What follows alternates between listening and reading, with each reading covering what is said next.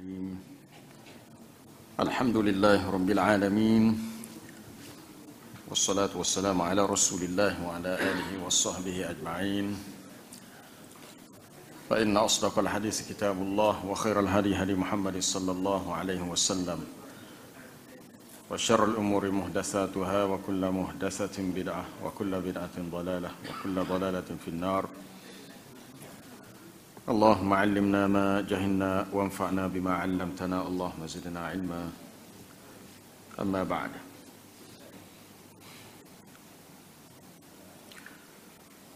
Muslimin dan muslimat yang dirahmati Allah, sambungan kita seterusnya untuk malam ini ayat 186 surah Baqarah berhubung dengan perintah untuk kita berdoa dan sentiasa membanyakkan doa. Ayat ini masih tentang Ramadan dan puasa Ramadan, dan sangat relevannya doa itu dengan Ramadan. Maka ayat dalam bab doa ni duduk dalam cerita tentang Ramadan dan juga puasa. A'udzu billahi minasy syaithanir rajim.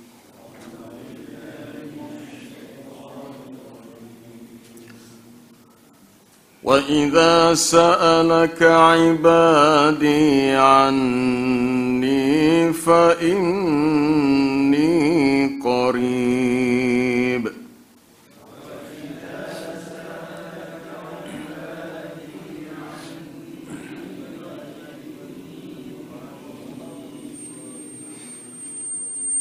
أُجِيبُ دَعْوَةَ الداعي إذا دعان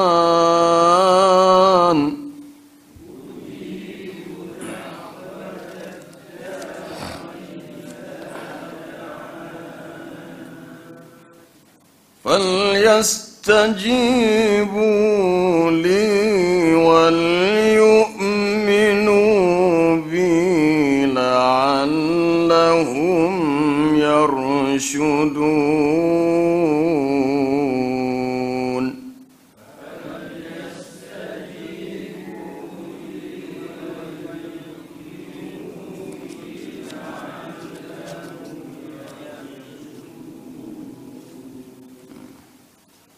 Cukuplah kita ambil sayap untuk malam ni.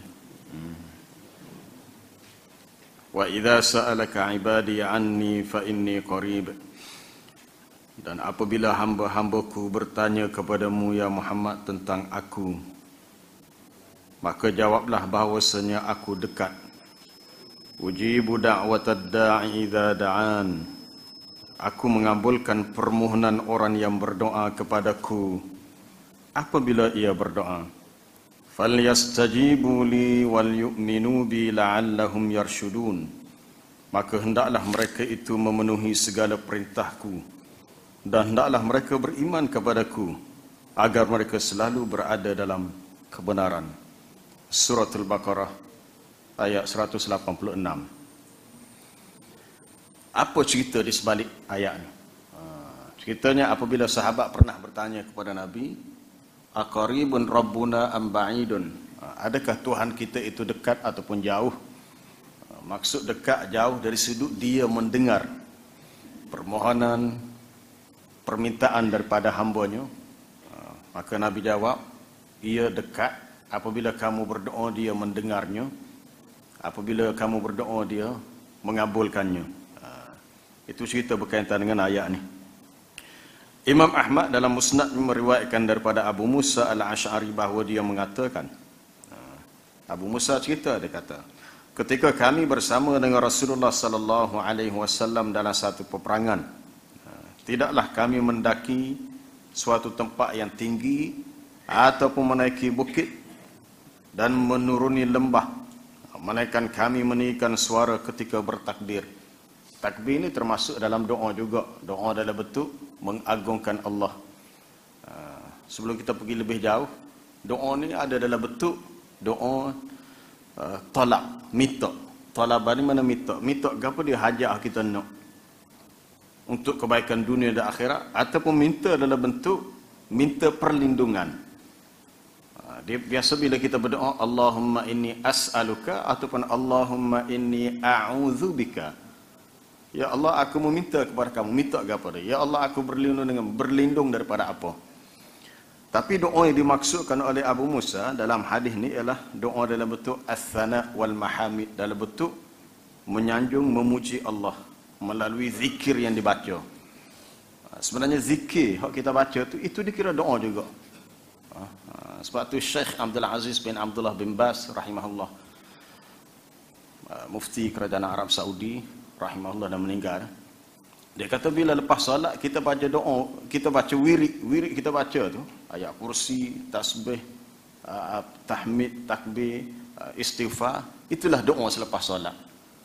Zikir selepas solat itu adalah doa dah, dia kata. Sebab di antaranya hadis ini menunjukkan begitu. Kata Abu Musa al-Asy'ari, bila kami meninggikan suara, lalu Nabi dengar, dia kata, ya ayuhan nas, wahai manusia, irba'u ala anfusikum, hendaklah kamu tahan diri kamu, maknanya tidak buat begini. Fa innakum la tad'una asamma wala ghaiban, tidaklah kamu berdoa kepada Tuhan yang dia itu asamma, maknanya tuli. Tuhan itu maha mendengar, dan dia tidaklah dia tu ghaib ataupun jauh, dia dekat. Innama tad'una sami'an basira, kamu berdoa kepada Tuhan yang maha mendengar lagi maha melihat. Innal ladzi tad'una aqrabu ila ahadikum min 'unuqi rahilatihi, sesungguhnya Tuhan kamu yang kamu seru kepadanya lebih dekat dia kepada seseorang di antara kalian berbanding dengan unuq, leher binatang, leher binatang tunggangan, dari segi perbandingan dekat. Lalu dikatakan kepada Abu Musa al-Asy'ari, nama asalnya Abdullah bin Qais, ya Abdullah bin Qais, ala u'allimuka, mahukah aku ajar kepada kamu suatu kalimah daripada kunuz al-jannah, perbendaharaan syurga, iaitu la haula wala quwata illa billah. La haula wala quwata illa billah ini juga adalah bentuk doa. Doa adalah bentuk memuji Allah, dipanggil doa hauqalah, menyatakan kelemahan kita, segala kekuatan, keupayaan hanyalah milik Allah. Baik. Sebenarnya dalam dua doa ni, sama ada doa talak, doa sanak, doa pujian, sama ada kita tahu ataupun tidak, apabila kita solat, kita baca doa iftitah, doa sebelum baca Fatihah.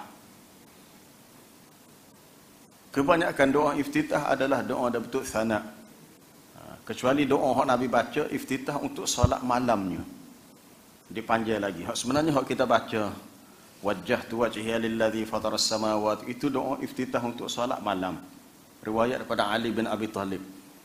Sebab dia ada sambungnya lagi, sambungnya doa tu, Allahumma hdini li ahsanil akhlaq. Mula-mula dalam bentuk doa tu, doa iftitah tu dalam bentuk sana, dalam bentuk memuji Allah, dalam bentuk apa dia lagi, ikrar, inna salati wa nusuki wa mahyaya wa mamati lillahi rabbil alamin. Kemudian pergi kepada doa talak, minta apa? Dia minta ihdini li ahsanil akhlaq, tunjukkan kepada aku akhlak yang baik, wasrif anni sayyi'a, jauhkanlah aku daripada akhlak yang buruk. Maknanya dia ada dua bahagian. Sebab itu termasuklah doa kunut. Al-Imam Nawawi kata, sebab tu bila kita baca doa kunut, hak peringkat awal, Allahumma hdini fi man hadait, minta hidayah, wa afini fi man afait, minta keafiatan, kesejahteraan, kesihatan, wa tawallani fi man tawallait, angkatlah aku sebagaimana orang yang engkau telah angkat orang yang engkau beri jagaan, perlindungan. Bila sampai kepada fa innaka taqdi, itu bukan doa talak, itu doa sana. Engkaulah Tuhan yang menghukum, tidak ada sesiapa yang dapat mengenakan hukuman kepadamu. Innaka taqdi wa la yuqda alaik, innahu la yadhillu man walaita, tidak menjadi hina sesiapa yang engkau beri perlindungan kepadanya. Jadi dia ada dua segmen doa itu sendiri. Sebab tu bahagian pertama kita hanya amin amin, itu pandangan Imam Nawawi. Maka bahagian kedua fa innaka taqdi, kita makmum pun baca juga. Tapi sebenarnya kalau tak baca pun tak apa, cukup dengan imam baca lah. Ada solat tu. Dua-dua cara tu boleh. Baik.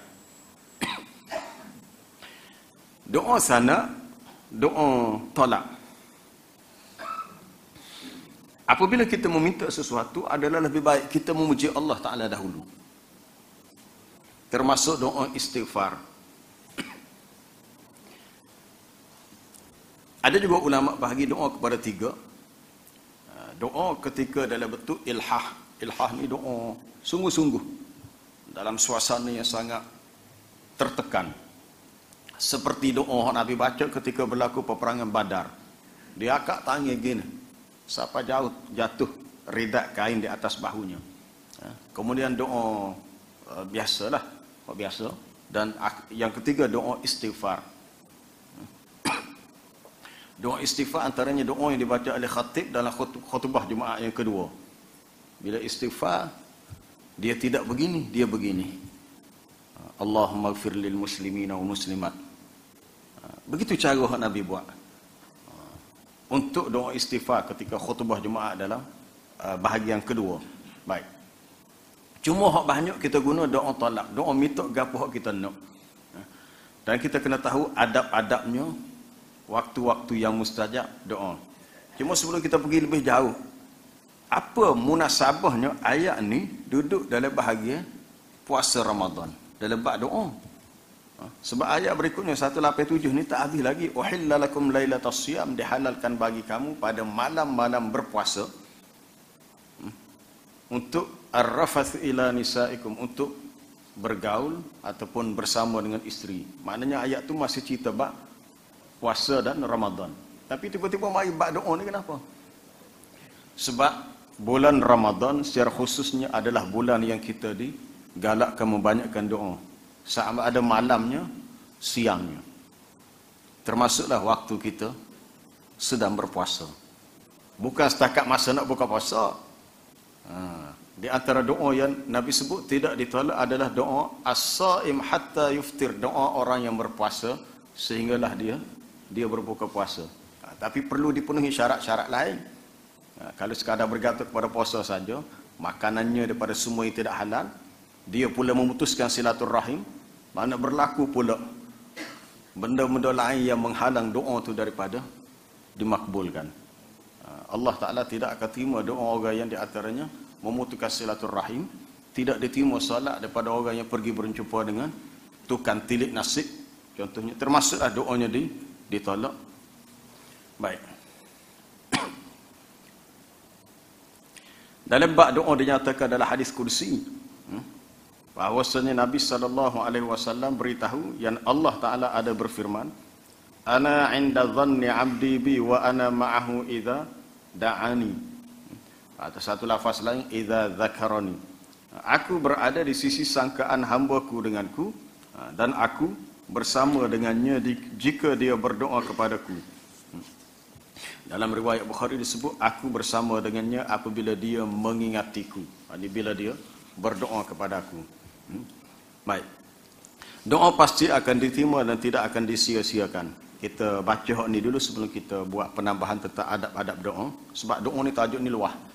Sebab tamu tak ambil, lebih tak ambil ayat. Sebab tajuk ni luah, mungkin kita kena sambung lagi minggu depan.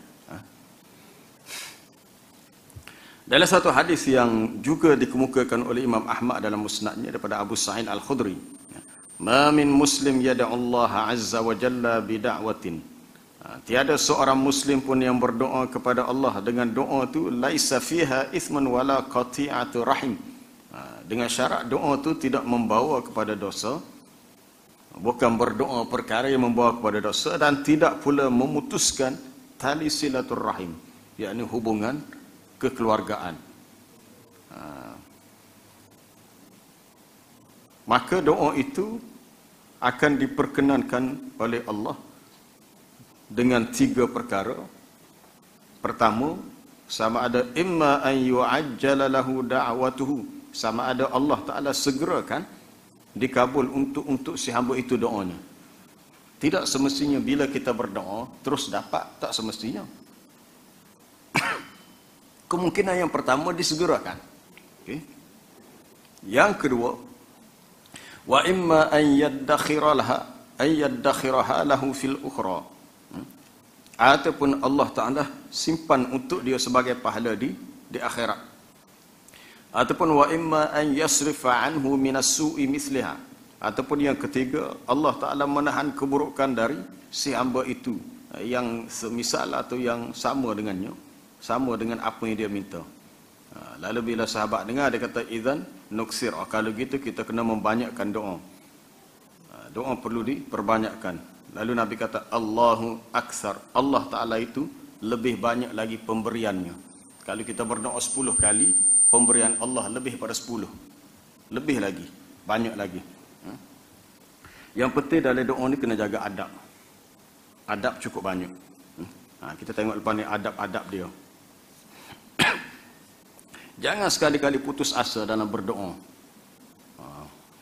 Baik. Berikutnya daripada Ubadah As-Samit, Nabi SAW bersabda, ma ala zahril ardi min rajulin muslim yada'u Allah azza wa jalla.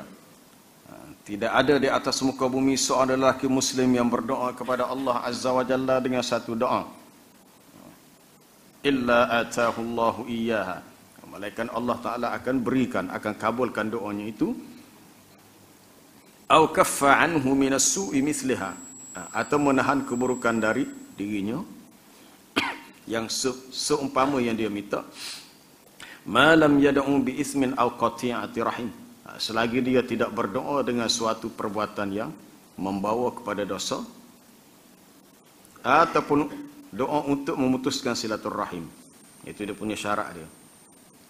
Kemudian berikutnya Nabi beritahu, yustajabu li ahadikum ma lam ya'jal, doa seseorang kamu akan sentiasa dikabulkan selagi dia tidak terburu-buru, tidak bergaduh, tidak belorak. Doa 2-3 kali, nak cepat-cepat, ni tak boleh lah. Lalu dia berkata, da'autu falam yustajab li, aku sudah berdoa tapi tidak juga diperkenankan, dikabulkan doaku. Berdoalah berapa lama pun. Dikatakan Nabi Zakaria alaihi salam berdoa berpuluh tahun supaya dikurniakan cahaya mata. Umur dia tu lebih 100 tahun dah. Lebih 100 tahun. Dan isterinya hampir 100 tahun juga. Mandul pula tu. Kalau ikut hukum adatnya adalah mustahil berdoa minta anak. Dia minta anak. Wahai Tuhanku, wahanal azmu minni, tulang aku sudah lemah, washta'ala ar-ra'su syaiban, kepalaku sudah dipenuhi dengan syaib, uban. Tapi walam akum bidu'aika rabbi syaqiya, bukanlah aku seorang yang kecewa dalam berdoa kepada Tuhan. Walaupun sudah lama dah berdoa, tapi dia tidak putus asa. Lalu dia beritahu, inni khiftul mawaliya min wara'i, aku takut kalau selepas aku tak ada pengganti yang akan meneruskan tugas-tugas dakwah ni, kerja-kerja agama. Maka fahabli, doanya fahabli min ladunka waliya, kurniakan untuk aku daripada sisimu seorang anak. Waliyan maknanya waladan, minta anak. Dia tua, dia tahu bini dia tu mandul, minta anak, macam tak munasabah. Tapi walaupun rasa macam tak logik, tak munasabah, tapi dia tetap berdoa, minta juga. Sehinggalah Allah Ta'ala beritahu kepadanya, ya Zakaria, satu ketika setelah berpuluh tahun berdoa, inna nubashiruka bi ghulamin ismuhu Yahya, kami berikan khabar gembira, kamu dapat seorang anak yang akan dinamakan Yahya.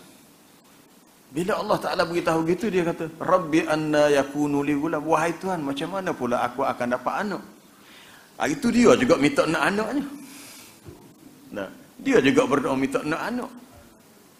Tapi bila dia tanya, Rabbi anna yakunu li ghulam, wahai Tuhan, bagaimana aku memiliki anak? Maknanya itu walaupun dia berdoa, tapi dia sebenarnya rasa macam macam tak mungkin dia akan dapat anak. Tak dapat anak sebab ikut hukum adatnya dia dah tua sangat, isterinya mandul. Tapi dua penyebab ni bukanlah menjadikan dia ni tak berdoa, dia berdoa juga. Dia berdoa juga. Lalu Allah Ta'ala beritahu, qala kadzalika qala rabbuka huwa alayya hayyin. Dia yakni malaikat hak bawa berita ni beritahu Tuhanmu telah menyatakan bahawa perkara itu bagi dia mudah ya. Mudah. Tak ada mustahil. Di sisi Allah Ta'ala tak ada yang perkara yang mustahil. Sebab secara zahirnya kita lihat benda ni dah bercanggah dengan sunnatullah. Kalau seseorang sama ada dua-dua, suami isteri tu mandul, memang tak boleh anak lah. Tapi bila Allah Ta'ala menghendaki dengan kun, maka jawapannya fayakun. Boleh anak juga. Tapi bukan bermakna dengan kisah Nabi Zakaria ni kita pun berdoa minta benda yang tidak, macam nak kata, tak masuk akal. Ya Allah, sebelum aku mati, berilah peluang aku menjadi yang di-Pertuan Agong. Sekurang-kurangnya aku sempat hidup dalam istana. Contohnya lah. Doa gitu. Ya Allah, aku dah umur tua ni 70 tahun dah. Aku nak jadi muda semula 30 tahun. Berdoa minta nak jadi muda semula. Bangun-bangun esok tengok mudanya aku. Sebab doa malam tadi. Itu kita berdoa sesuatu yang bercanggah dengan sunnatullah. Adapun kisah Nabi Zakaria ini satu mukjizat.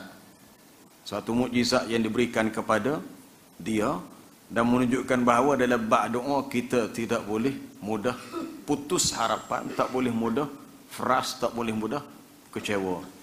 Kita tidak tahu doa kita yang keberapa Allah Ta'ala terima. Mungkin setengah tu kata, ambo ni hijau lama dah, macam-macam bentuk pekerjaan ditukar, tapi hidup tak kaya-kaya, dia kata. Lepas tu doa sama dah. Lebih pada 10 tahun dah dia kata doa. Doa minta, ya Allah murahkan rezeki, jadikan aku orang kaya. Tapi tak kaya-kaya. Teruskan berdoa. Kita tidak tahu boleh jadi doa kita setelah masuk tahun yang ke-12, ke-13. Barulah dimakbulkan. Ataupun kena tengok apa mungkin tak cukup syarat lagi yang kita belum laksanakan sehingga tidak tercapai doa itu. Kemudian berikutnya 3 bentuk doa yang Allah Ta'ala tidak menolaknya. Telah disebut tadi. Yang Nabi nyatakan dalam hadis, salasatun la turaddu da'watuhum. Ada 3 orang yang doanya tidak akan ditolak. Maksudnya doanya sangat diperkenankan. Al-imamul adil, imam yang pemerintah, penguasa yang adil. Was-saim hina yuftir, orang yang berpuasa ketika dia berbuka atau sehingga dia berbuka puasa. Yang ketiga, da'watul mazlum, doa orang yang dizalimi. Dalam riwayat lain ditambah da'watul musafir, doa orang yang bermusafir. Orang musafir ni orang jalan jauh, maka selama dia berada dalam perjalanan, doa dia mustajab. Yarfa'uha Allahu dunal ghamam yaumal qiyamah. Tuftahu laha abwabus sama'. Allah Ta'ala menaikkan doa si hamba itu tanpa terhalang awan mendung pada hari kiamat nanti, dan dibukakan bagi doa tersebut pintu-pintu langit. Wa yaqulu, dan dia berfirman, bi'izzati la ansurannaka walau ba'da hin. Demi kemuliaanku aku pasti akan menolongmu meskipun setelah beberapa waktu. Biasa dalam bab doa ni, kita doa kita hanya fikir kita aja. Kita, anak kita, isteri kita, ahli keluarga kita. Kita lupa kepada orang lain. Kita lupa kepada orang lain. Padahal apabila kita berdoa untuk orang lain, yang Nabi beritahu, ma min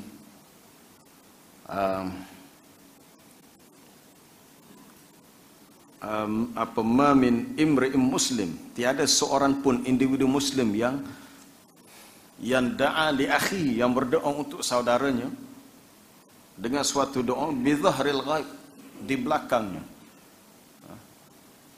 Kita ada seorang kawan yang baik dengan kita, dia tak ayat kita, tapi senyap-senyap dia doa untuk kita, ya Allah murahkanlah rezekinya, berilah kesihatan yang baik kepadanya. Dia mendoakan untuk kita, bukan kita minta, dah dia pun tak ayat. Kita dulu mikir dia sakit, apa jadi sihat. Rupanya berkat daripada doa seorang sahabat kita yang kita tak tahu. Jadi adakah untung doa itu untuk kita sahaja, orang itu doa kita? Tidak. Juga untuk dia. Kita mendoakan untuk orang lain, kita mendapat faedah daripada doa itu. Sebenarnya kita minta untuk dia. Maka Allah Ta'ala akan hantar malaikat. Malaikat itu berada dekat dengan kepala orang yang berdoa dan berkata, walaka bimislin, kamu pun dapat seperti itu juga. Jadi tak rugi apa-apa pun kalau kita mendoakan kebaikan untuk orang lain. Sebab kita mendapat, yang ni kita akan memperolehi apa yang kita minta untuk mereka. Baik, di antara adab doa.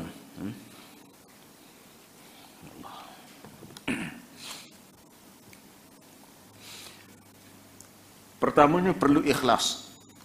Ikhlas, mana berdoa semata-mata kerana Allah dan tidak yang lain. Sebab doa ni dia di antara syirik yang banyak berlaku adalah apabila seseorang berdoa dia minta kepada yang lain, tidak kepada Allah, ataupun dia menjadikan yang lain sebagai perantaraan dalam doa dia. Banyak syirik yang berlaku dalam dunia Islam ialah seseorang yang pergi ke kubur orang yang dianggap orang alim, waliullah, orang yang soleh, lalu kata, wahai si fulan yang mulia, aku ada hajat, kamu mintalah kepada Allah supaya hajat aku dipenuhi. Salah tu.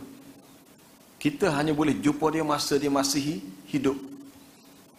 Masih hidup kita jumpa dia, minta dia, wahai tuan syekh, wahai tuan guru yang mulia, saya ada hajat, tolonglah berdoa kepada Allah supaya doa saya supaya hajat saya dipenuhinya.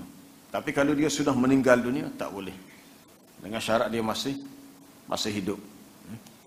Itu termasuk dipanggil dalam bab tawassul dalam doa. Ada 3 sahaja yang ulama sebut yang memang disepakati boleh. Dalam doa kita bertawassul dengan nama Allah. Ya Allah, inni as'aluka, aku meminta kepadamu bi asma'ikal husna, dengan nama-namu yang terbaik. Innaka antar rahman, engkaulah ar-rahman, ar-rahim, al-malik, al-quddus, al-jabbar. Sebut dah nama-nama Allah. Lepas tu kita nyatakan hajat kita, gapo dia kita nak. Yang kedua, kita bertawassul dengan amalan soleh kita. Ya Allah, dengan sedekah yang aku berikan untuk ini apalah sedekah untuk masjid ke apa, aku memohon kepadamu supaya penyakit yang aku hadapi ini hilang cepat. Sebab di antara kelebihan sedekah, dia boleh menghilangkan penyakit. Sedekah tu satu amalan yang baik, dan kita minta kepada Allah dengan sedekah kita tu hilang penyakit kita ke, mudah urusan kita ke. Yang ketiga, bertawassul dalam doa, bertawassul dengan cara doa orang yang soleh. Iaitu bukan mana dalam doa kita sebut nama dia, kita pergi jumpa dia, minta dia doakan untuk kita. Itu dah kira tu. Seperti seorang lelaki yang buta pergi jumpa Nabi, dia kata, ya Rasulullah, uda Allah an yakshifali basari, mintalah kepada Allah, berdoalah kepada Allah supaya dia kembalikan penglihatanku, supaya aku boleh jelek semula. Nabi kata, kalau engkau kehendaki, engkau boleh terus hidup dalam keadaan buta dan kamu dapat pahala sabar. Dan kalau kamu kehendaki, ya aku boleh tolong doakan untuk kamu. Tapi permintaan ini sebenarnya walaupun besar bukan nak benda kecil-kecil, nak celak semula mata ni. Tapi Nabi tak buat. Nabi suruh itu buat sendiri. Dia hadis ni hadis daripada Utsman bin Hunayf radhiyallahu anhu, seperti yang dikemukakan oleh Imam Ibnu Majah dalam sunannya, juga Imam Tirmizi. Dia letak hadis tu dalam bab solat hajat. Tapi Nabi tak buat. Sebab dia tak sehajar sahabat buat benda yang sunat ni berjemaah. Buat sendiri. Orang itu buat sendiri. Nabi kata, kamu pergi solat, berdoalah kepada Allah, mintalah kepada Allah gini. Lepas dia buat tu kelik-kelik, mata dia celik semula. Sebab itu yang dia minta. Dia minta supaya mata dia kembali dapat melihat. Dan berkat pertolongan Nabi, maka akhirnya hajat dia tu tercapai. Baik. Yang kedua, doa itu perlu dimulakan dengan memuji Allah dan berselawat kepada Nabi. Begitu juga di akhirnya. Yang ketiga, al-jazmu fid du'a wal yakin bil ijabah. Bersungguh-sungguh dalam doa dan yakin bahawa doa itu akan dimakbulkan. Doa ni tak boleh main-main. Sebab tu yang lebih afdal kita berdoa bersendirian, kita tahu hajat apa yang kita minta. Kalau kita mengaminkan doa imam, sekuat-kuatnya kita faham apa dia tu imam minta tu. Dia amin gapo tak? Sebaiknya kita faham. Kalau imam tu baca doa dalam bahasa Melayu, tak apalah, boleh faham. Kadang-kadang setengah tempat tu bila ada majlis doa, tangan ni di atas pohon. Tu sangat tidak beradab. Tangan di atas pohon. Tangan di atas pohon, tak boleh. Kena akak gini. Doa hajat begini. Kalau doa ibtihal, begini. Nabi akak dalam peperangan Badar. Doa istighfar, begini. Dan cara doanya, begini. Tapak tangan ni. Biar munasabah. Tidak luas sangat. Munasabah. Iaitu, apabila kamu meminta kepada Allah, idza sa'altumullaha fas'aluhu bibutuni akufikum. Dalam hadis riwayat Abu Daud. Apabila kamu berdoa minta kepada Allah sesuatu hajat, mintalah dengan bahagian perut tangan, tapak tangan. Walaupun doa tu adalah betul doa tolak bala. Hamba pula juga setengah-setengah doa bila bak wadfa' 'annal bala wan naqam, minta jauh segala kecelakaan. Diterbalikkan tangan. Tidak waris dalam mana-mana riwayat. Itu yang Nabi lakukan. Di segi sunnahnya gini. Cuma dia dalam dua bentuk. Sama ada doa minta kebaikan atau doa tolak bala ataupun doa minta perlindungan. Itu termasuk dia punya adabnya. Tapi bila doa dia mesti sungguh. Sungguh maknanya sungguh tak bukan sungguh dengan suara yang tinggi. Sungguh maknanya mari daripada hati kita. Dalam keadaan kita khabar. Jangan sungguh pada drama pun. Ya Allah, aku banyak dosa, tolong ya Allah. Dah drama kan? Tu ya Allah, dosa aku banyak. Itu dah cerita lah, dia drama bersungguh-sungguh. Kita tengok nak teriak juga. Tak apa, itu cerita, sekadar lakonan. Tapi sebenarnya tak boleh. Dia berlakon tu takut dia buat main-main dalam doanya. Dia mesti betul-betul. Itu hak Nabi beritahu dalam hadis riwayat Imam Tirmizi, ud'ullah wa antum muqinuna bil ijabah. Berdoalah kepada Allah dalam keadaan kamu yakin. Muqinu, yakin bil ijabah, bahawa doa kamu diperkenankan. Di antara masalah besar orang Melayu ialah masalah krisis keyakinan dalam doa. Krisis keyakinan ni. Mari ustaz, anak ambo nak puasa ni, ustaz tu nak doa lah. Ambo doa tak yakin tu terima. Dia mai goyak. Orang sepambo ni Ustaz tu nak buat lah hamba kat kalau doa rasa tu tak terima kali kat. Dosa banyak lagi. Duk kira kekurangan dia. Itu bukan penghalang. Nabi beri kepada kita tips, ud'ullah, berdoalah kepada Allah wa antum muqinuna bil ijabah. Dalam keadaan kamu yakin doa kamu akan dimakbulkan. Fa innallah la yastajibu du'aan min qalbin ghafilin lahin.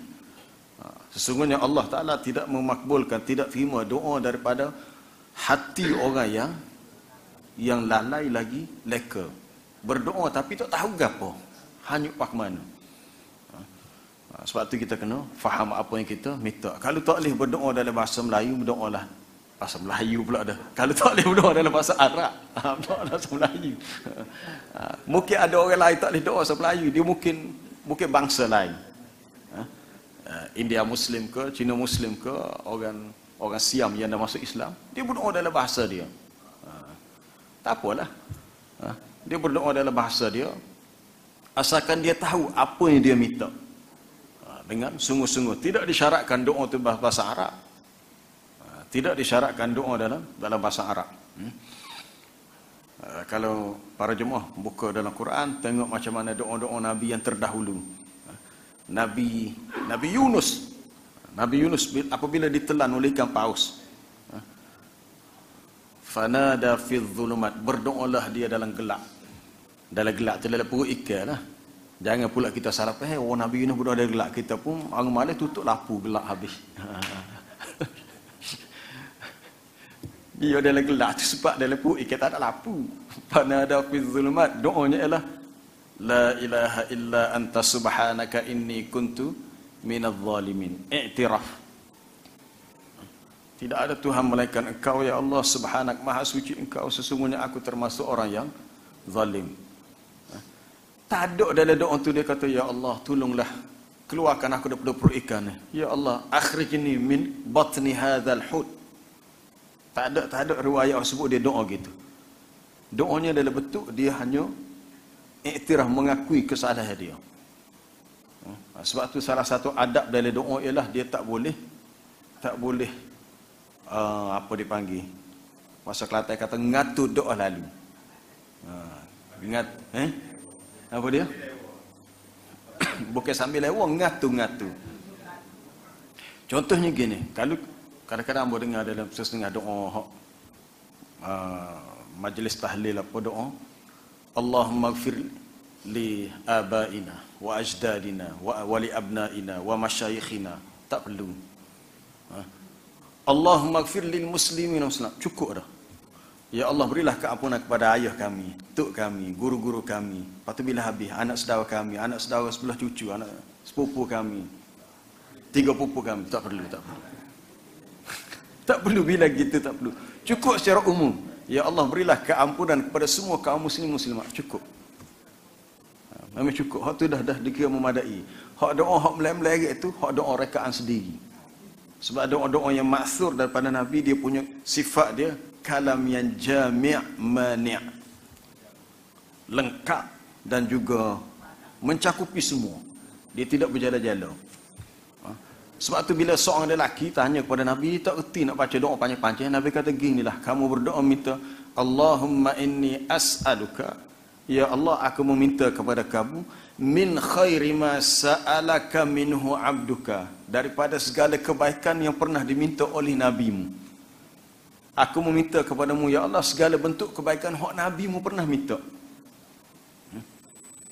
Wa a'udzu bika, dan aku berlindung denganmu, min syarri ma ista'adza bihi 'abduka wa nabiyyuka, daripada segala keburukan yang nabimu minta berlindung denganmu daripadanya. Tak perlu sebut gapo dia tu. Mana kau habis semua hak nabi minta untuk kebaikan masuk berlaku dalam doa tu. Maka itu sudah dikira mencukupi. Itu dikira sudah memadai. Baik. Kemudian berikutnya apa lagi adab yang seterusnya?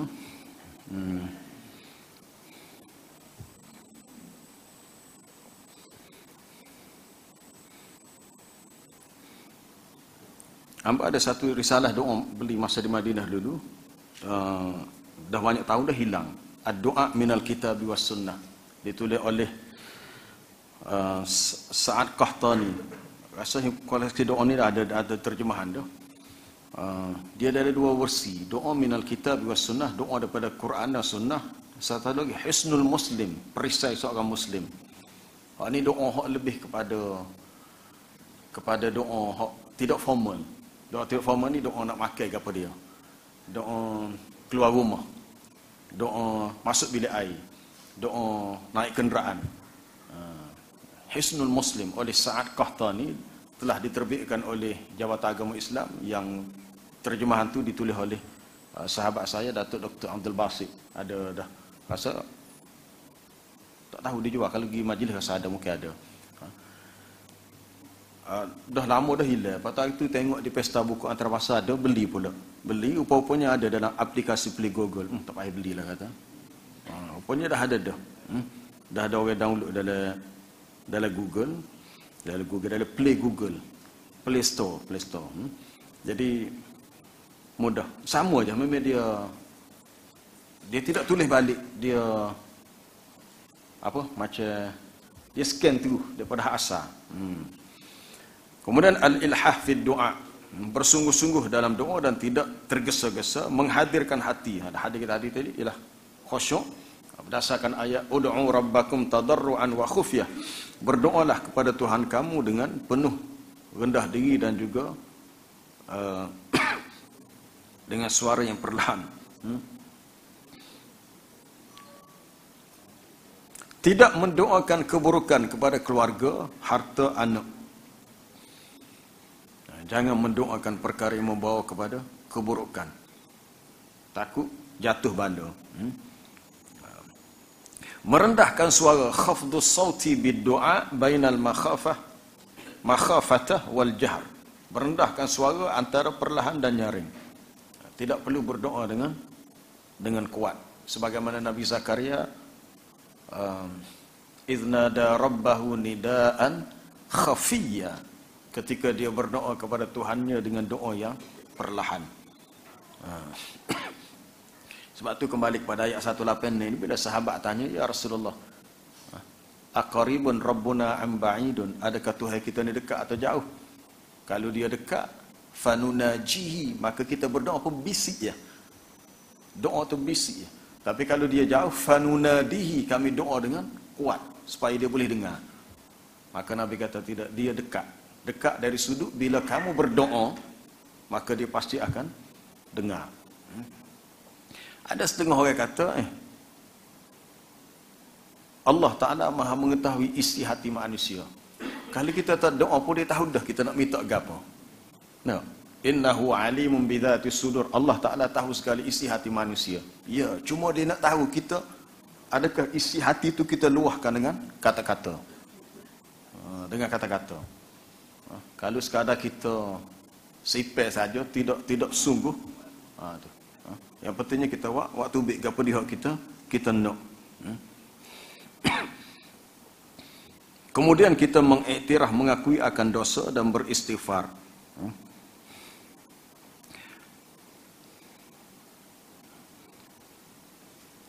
Mengulang doa sebanyak 3 kali.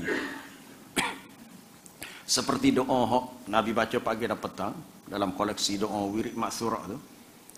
Maksurah ni pun ada sebahagian hadis yang sahih, ada sebahagian hadis yang lemah pada juga. Tapi dalam bab doa ni tidak disyaratkan sahih sepenuhnya, sebab ini bukan bab hukum fiqh, hukum halal haram. Dalam bab doa, walaupun riwayat hadis tu tidak sahih, boleh. Kemudian berikutnya, raf'ul aidi, mengangkat tangan ketika berdoa. Tapi bukan semua keadaan. Bukan semua keadaan. Sebab Nabi, seorang sahabat nama Anas kata Nabi hanya angkat tangan ketika doa istisqa. Istisqa ni doa minta hujan. Masa berlaku kemarau, hujan lama tak turun, Nabi minta sungguh-sungguh dia angkat tangan. Tapi secara umumnya dalam hadis yang lain, memang digalakkan kita mengangkat tangan. Tapi bukan pada semua situasi. Inna rabbaka hayyun karimun, sesungguhnya Tuhan kamu, itu adalah hadis yang lain disebut, dia bersifat pemalu dan mulia. Yastahyi min abdihi, Allah Ta'ala malu terhadap hambanya bila si hamba itu rafa'a yadaihi, akak 2 tangan berdoa, tiba-tiba yarudduhuma, lalu Allah Ta'ala kembalikan permintaan hamba dia dengan sifran, kosong, tak wi apa satu, dia akan wi juga, cuma lambat banyak tu ya. Jadi bila kita berdoa, kita yakin satu masa nanti akan dapat juga benda yang kita minta.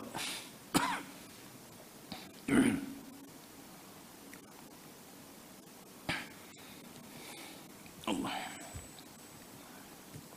Tapi ada tempat-tempat yang tak perlu kita angkat tangan. Macam doa nak makan, tak perlu.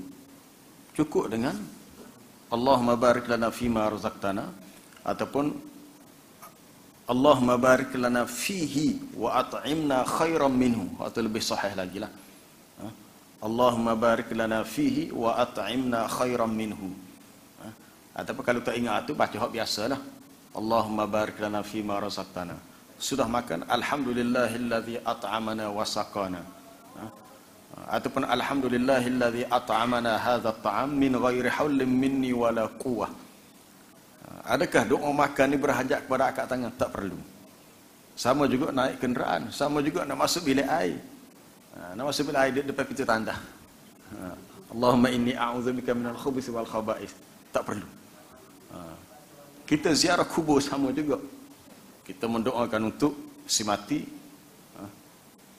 Assalamualaikum ahlad diyari minal mu'minin wa inna insyaallah bikum lahiqun. Nas'alullaha lana wa lakum al-afiyah. Allahumma gfir, ya Allah berilah keampunan kepada li jami'i mautal muslimin.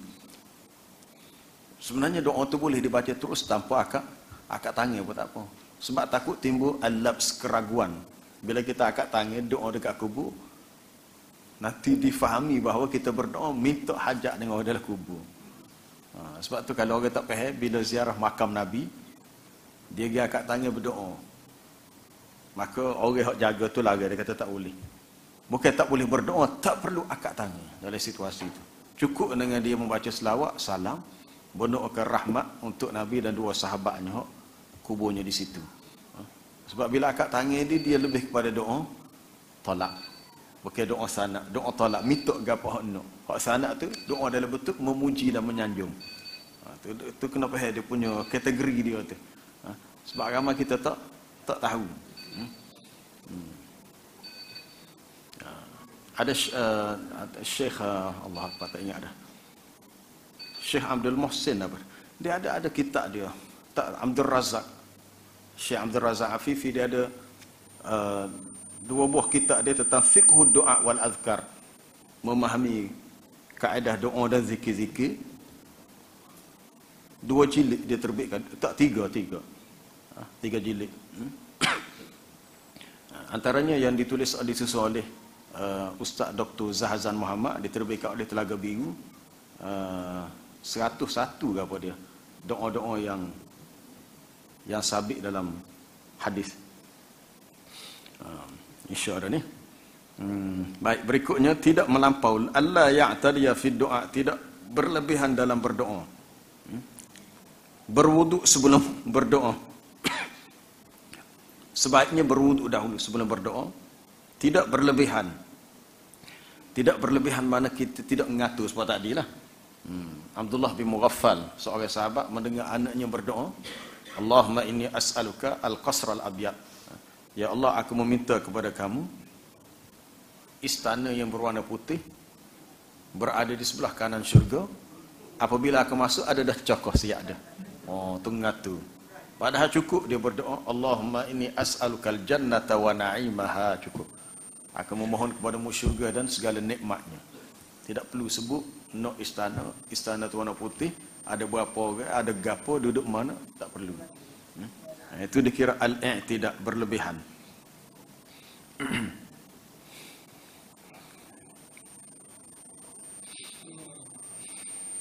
Waktu yang mustajab doa malam al-qadar, waktu akhir malam. Hak paling mudah sekali waktu antara azan dengan iqamah. Waktu antara azan dan iqamah, waktulah waktu paling. Sehingga setengah orang alim di negara Arab bila masuk masjid tengok kawan ni ada, mai cuek nak tanya masalah hukum, dia tak benarkan. Dia kata ini bukan masanya. Nak tanya bab hukum agama, lepas ni, lepas maya dulu. Waktu ni waktu untuk berdoa. Sebab doa tidak tertolak antara bainal azan wal iqamah. Doa antara azan dan iqamah sangat mustajab. Tapi kita tak cara mana, tak ambil berat. Hak malamnya akhir malam. Doa di akhir malam setelah berbaki 1/3 akhir malam. Nabi sebut dalam hadis Sahih Muslim, yanzilu rabbuna kulla lailatin ila as-sama'id dunya hina yabqa thulutsail akhir. Tuhan kita turun ke langit dunia apabila berbaki 1/3 akhir malam, lalu dia berkata, may yad'uni fa astajibu lahu. Sesiapa yang berdoa kepada aku mustajabkan, aku perkenankan doanya. May yas'aluni fa u'tihi. Sesiapa yang minta apa-apa aku berikan. Doa lagi, minta lagi. May yasta'izuni. Sesiapa yang minta perlindungan, aku akan lindungi dia. Itu waktu 1/3 akhir malam. Waktunya sangat mustajab doa. Antaranya kalau kita sedar waktu malam, kita ni kadang-kadang sedar, berasa nak kecing, pergi kecil sebentar, lepas tu terlupa nak baca doa. Sama ada ngatuk doa, sama ada memang kita tak tahu, ataupun sebab kita rasa nak tidur pula. Iza ta'arra minal lail, bila seseorang terjaga pada waktu malam, jaga, sedar-sedar dia pun subhanallah walhamdulillah wala ilaha illallah wallahu akbar astaghfirullahalazim. Lepas tu minta lah. Lepas tu mulakan dengan tasbih, tahmid, takbir, tahlil, subhanallah walhamdulillah wala ilaha illallah wallahu akbar, istighfar. Minta lah apa dia nak minta. Nabi katanya saya akan diperkenankan doanya. Dan kalau dia salat, maka diterima salatnya. Kita sedar tengah malam bangun terbaca hak tu pun, tu kita dah dapat kelebihan banyak dah. Cuma kita buat tak buat tu ya. Baik, ada soalan?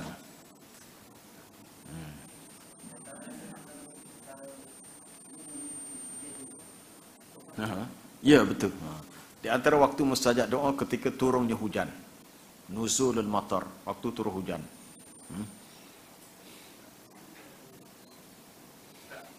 Tadi Ustaz kata mustajab doa di antara lepas azan hingga Antara azan dan iqamah. kalau macam hari Jumaat kan. Sebelum lepas azan sama sunat. Lepas tu kita berdoa.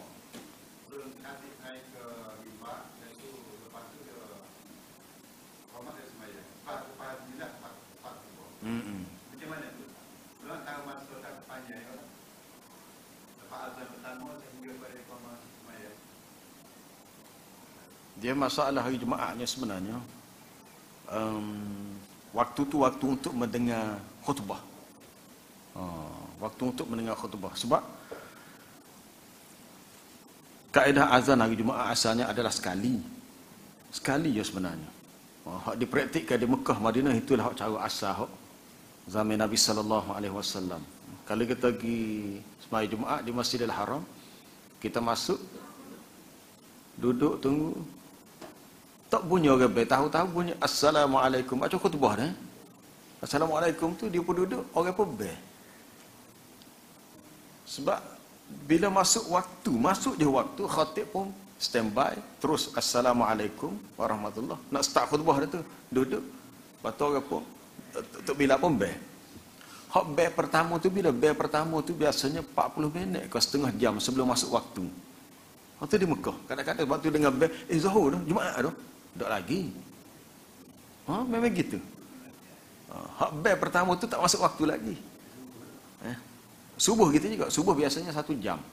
1 jam hak azan pertama. Hak azan kedua tu masuk waktu. Hak hari Jumaat, azan pertama kita 40 minit setengah jam sebelum masuk waktu Jumaat. Masuk je waktu Jumaat. Bukan dia bel. Khatib tu start baca khutbah. Jadi bila start baca khutbah, bel tak timbul saat sembahyang sunat qabli. Sebab memang sembahyang Jumaat dia tak ada qabliyah, dia ba'diyah aja. Lepas tu kalau seseorang tu nak berdoa sebab nak tunggu, itu bukan, ialah sebab bila khutbah, kalau kita berdoa masa khatib baca khutbah, jadi dua perkara dalam semasa. Jadi tak boleh nak fokus. Sebab bila berdoa ni kena tumpu betul-betul nak dengar khutbah lagi.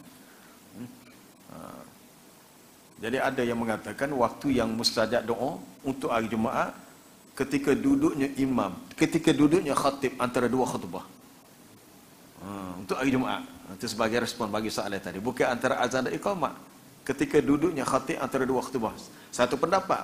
Pendapat kedua yang diterjihkan oleh Ibnul Qayyim dalam Zadul Ma'ad, waktu yang mustajab doa hari Jumaat selepas waktu asar dekat dengan maghrib. Kadang-kadang kita duk kata-kata, duk kedah, duk kebun, duk dia agak lembu kubak lagi. Kapung lah. Waktu tu waktu yang mustajab doa. Lepas asar sehinggalah masuk maghrib. Lagi? Ada lagi? Cepat-cepat. Tak ada.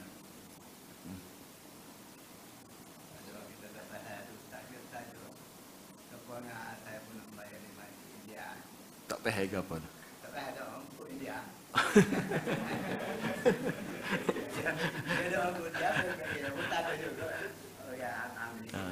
Dia doa kata never let there. Ya let there. Ambo tak payah juga masa tamil tak je belajar dengar saja tak payah juga. Tak apalah kita tak payah tahu secara kita doa kita jelah. Dia doa bahasa dia tu sebab cara dia. Kita cara kita. Mana tak perlulah. Tak perlu. Kalau kita amin kita tak payah juga. Kecuali kalau doa dalam solat. Doa dalam solat bila imam baca doa sama ada untuk kunut subuh, kunut nazilah, kunut witir, doa dalam solat, maka makmum kena ikut. Faham kau tak faham pun kena ikut. Sebab atas hukum mutaba'atul imam, ikut imam tu wajib. Jadi bila imam baca doa, kita pun kena ikut lah. Bukan mana kena ikut baca, kena ikut dengar untuk mengaminkan. Jadi tepat hak siapa kepada minta sesuatu, amin. Biasanya kalau hak dia mulakan dengan as-sana, orang Arab dengar dia tak amin lagi. Tapi bila siapa kepada minta, barulah dia amin. Ataupun boleh juga kita doa dalam salat masa kita baca ayat. Biasanya Nabi buat ketika solat malam. Dia solat malam, dia kata Huzaifah bin Al-Yaman, bila Nabi baca ayat Quran, kalau ayat itu dalam bentuk meminta sesuatu, maka Nabi ulang sebagai doa. Idza marra, bila dia melalui ayat untuk minta sesuatu, sa'ala, dia pun minta. Bila dia idza marra bi ayatin ta'awuz, ayat minta berlindung, maka ta'awaza, dia pun minta berlindung. Contohnya baca-baca ayat, jumpa dengan ayat menceritakan azab neraka. Lalu Allahumma inni astajiruka minan nar, ya Allah, aku minta jauh-jauh sungguh daripada neraka. Bila ayat tu cerita bab syurga, Allahumma inni as'alukal jannah. Berhenti sebentar, baca ayat, terus dengan doa. Tapi doa pun tak lama lah. Doa lepas tu sambung ayat semula. Tapi biasa Nabi buat begini, kata Huzaifah, ketika solat malamnya. Tidak sembahyang Jumaat lah. Kalau sembahyang Jumaat jadi timbul masalah. Makmum kata apa pula tu imam ni? Ayat ke apa pula bunyi pelik. Itu doa. Jadi boleh doa masa baca ayat.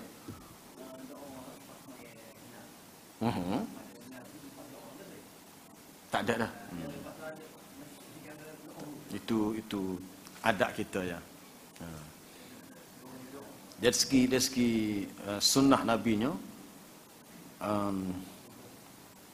apabila sebab solat jenazah tu doa dah.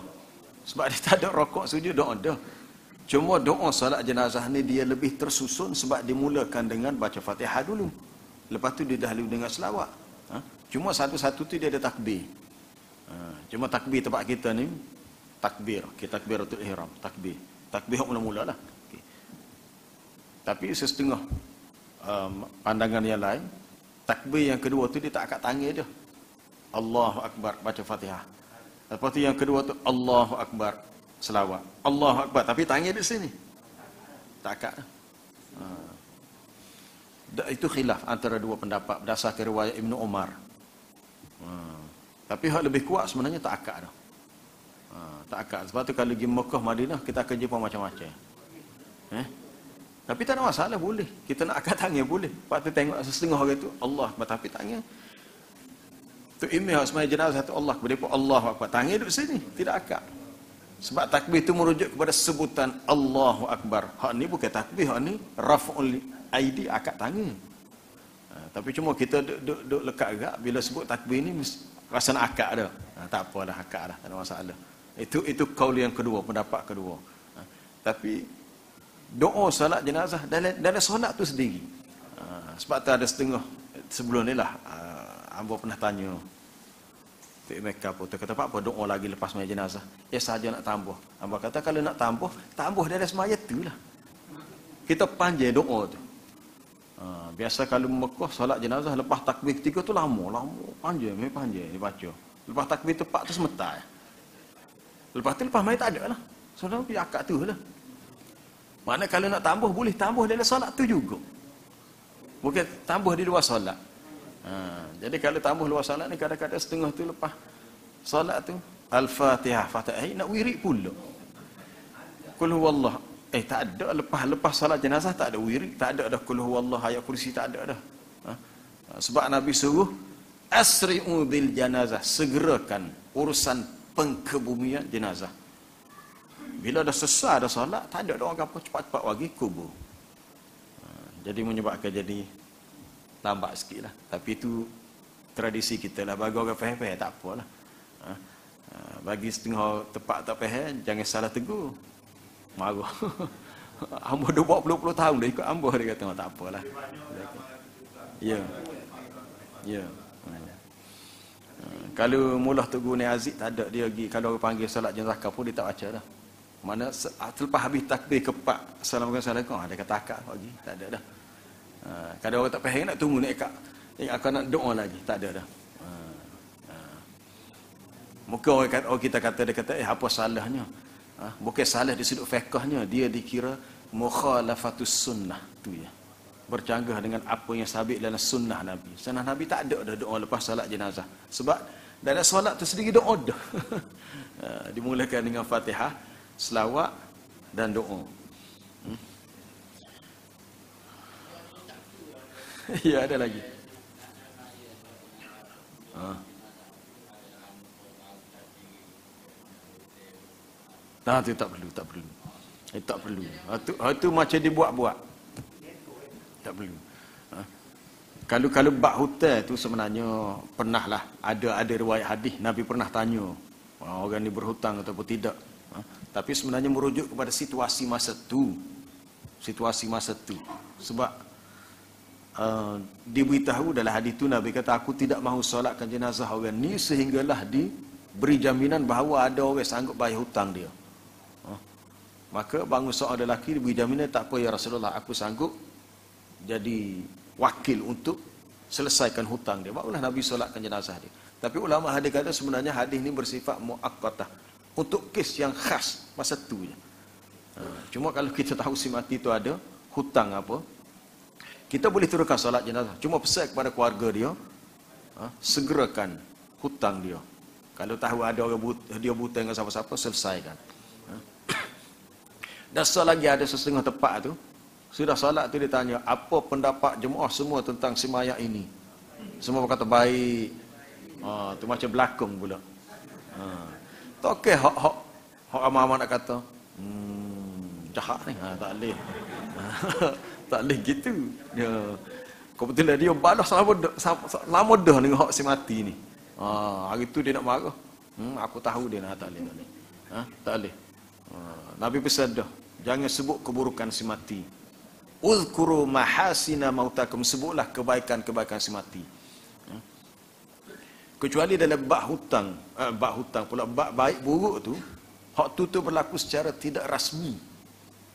Bila ada hadis, bila hadis ada mengatakan satu jenazah dibawa, lalu Nabi pun bangun, ditanya orang-orang hak kenal aku, mana siapa dia hak mati ni?